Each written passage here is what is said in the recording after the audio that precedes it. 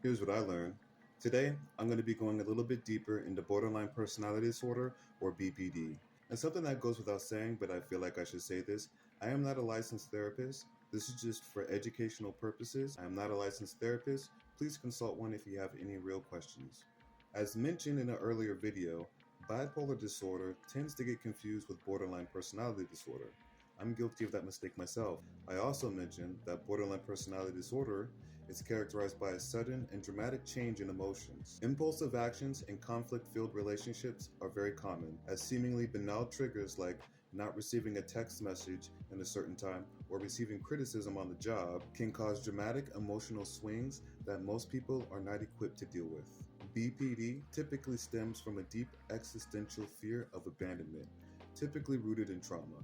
I've learned that the fear can be so intense that it's experienced not only emotionally and mentally, but physically in the body as pain, an overwhelming sensation, and a fear of one's world crashing in on itself. It's a debilitating illness that leaves the person suffering in torn relationship cycles that further their low self-esteem, fear of abandonment, and loneliness. There are treatments, however, for BPD, but they are a lifelong commitment.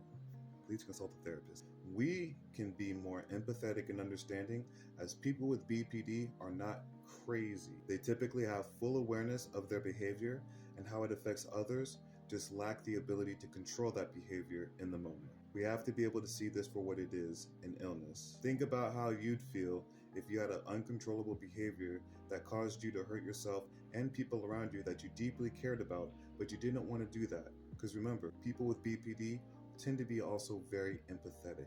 It's not always anger, fear, or sadness that is put on display. Oftentimes it could be intense feelings of love and affection, seen in love bombing or codependency. Remember, talk to somebody if you feel like this is you or this relates to someone that you care about. Let's learn and love.